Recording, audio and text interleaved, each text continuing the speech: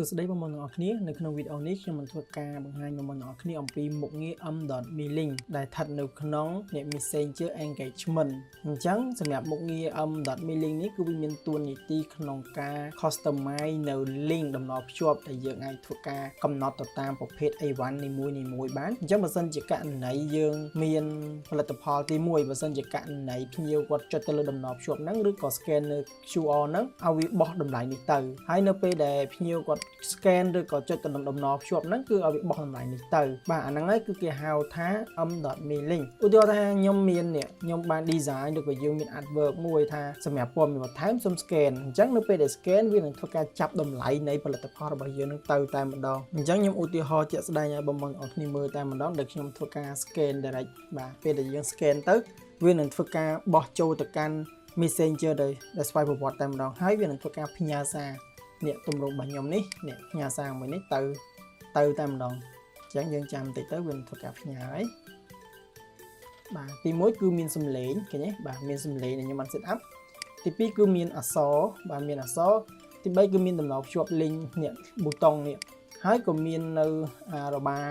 គេហៅថា carousel បែបនេះដែលយើងធ្វើការអូសអញ្ចឹងហើយមានវីដេអូដែលភ្ជាប់មកជាមួយដែលខ្ញុំបានដាក់បែបនេះដែរ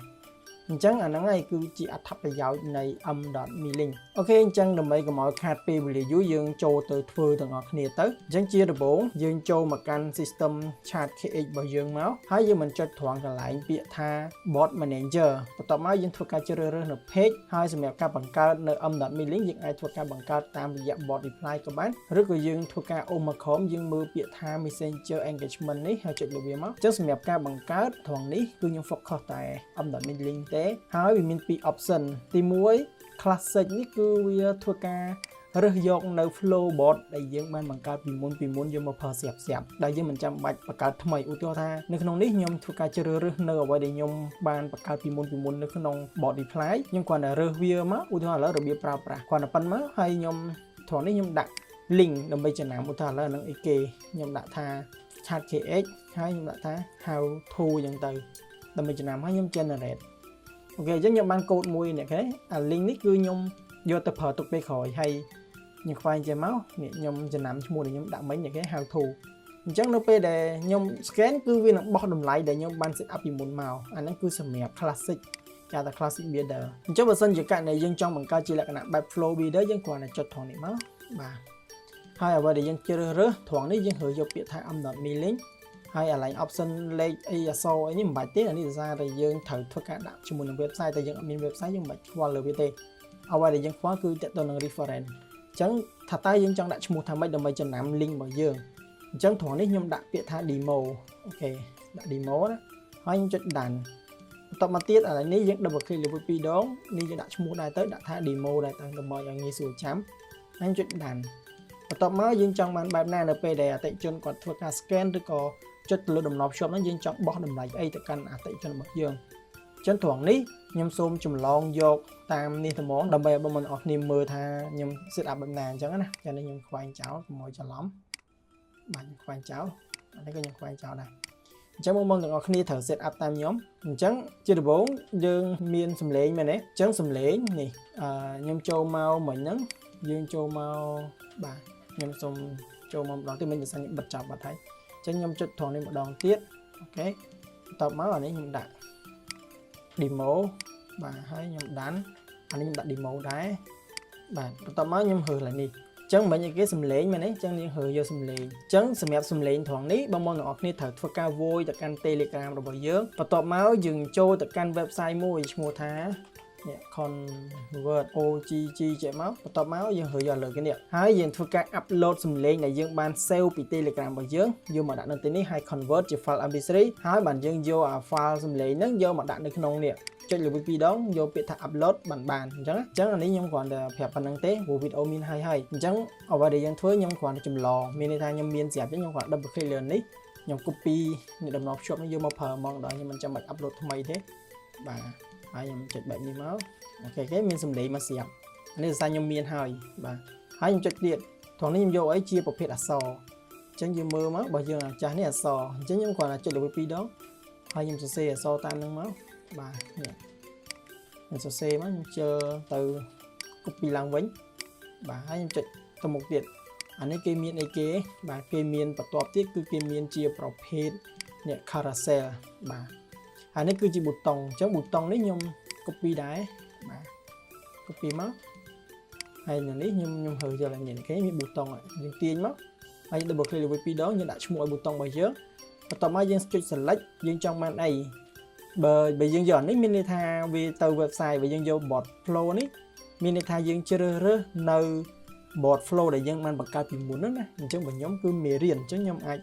search អំពីមេរៀនរបស់ខ្ញុំហើយមើលមេរៀនរបស់ខ្ញុំដែលខ្ញុំធ្លាប់បានដាក់ពីមុននេះរបៀបប្រើប្រាស់អូខេហើយខ្ញុំចុចដានបន្តមកទៀតនេះអានេះខ្ញុំសូមលុបវិញ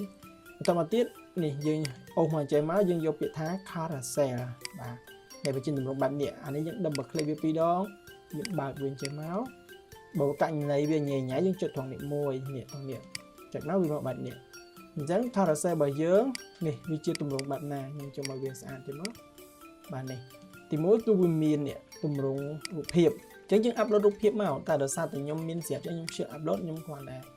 copy មកដាក់តាមលេខរៀងចេះមកបាទហើយអានេះពេលដែលគេចុចមើលរូបភាពលើឆាតឲ្យវា link ទៅណាយើងដាក់ឡើងនេះបាទករណីយើងមាន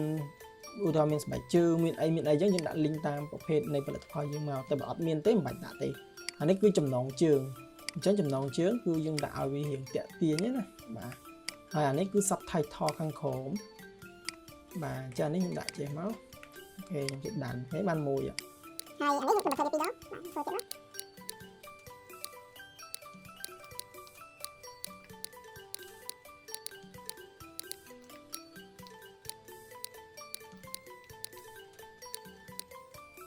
អូខេចឹងខ្ញុំយកទៅ3នេះណាជាឧទាហរណ៍បន្ទាប់មកអានេះគឺ link នៅពេលដែលយើងឃើញអាហ្នឹងហើយយើងចង់ឲ្យគេចុចទៅតាមមុខនេះ double click វាពីរដងចឹងនេះ link មកវាបាទ chatbot ហើយខ្ញុំយកពាក្យថា start flow ហើយខ្ញុំហៅមើលពាក្យថា chatbot ហៅមើលពាក្យនេះមកអូខេនេះបាទបន្ទាប់មកនេះអូខេអានេះគឺខ្ញុំដាក់តែប៉ុណ្្នឹងឯណាបាទអញ្ចឹងខ្ញុំចុច save បាទចុច save មកបាទខ្ញុំចាំតិចមកវាឲ្យដល់បាទលុបបែបនេះគឺអូខេខ្ញុំខ្វែងចោលមកអានេះខ្វែងចោលដែរមកអញ្ចឹងបងប្អូនទាំងអស់គ្នាចុចត្រង់នេះចុចត្រង់កន្លែង list នេះចុចមកហើយយើងហៅមើលឈ្មោះរបស់យើងមិន demo ឃើញទេនេះ demo អញ្ចឹងខ្ញុំគ្រាន់តែធ្វើការចុចត្រង់កន្លែង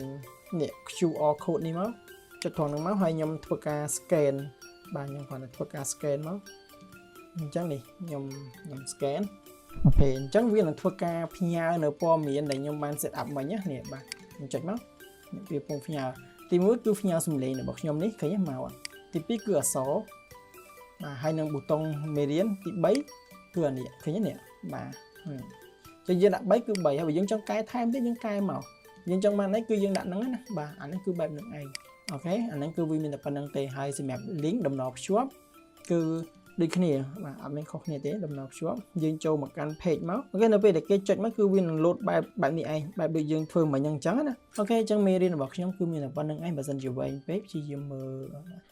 ខាមើលទៅមើលអត់យល់ទេអាចសួរបានបាទអរគុណច្រើន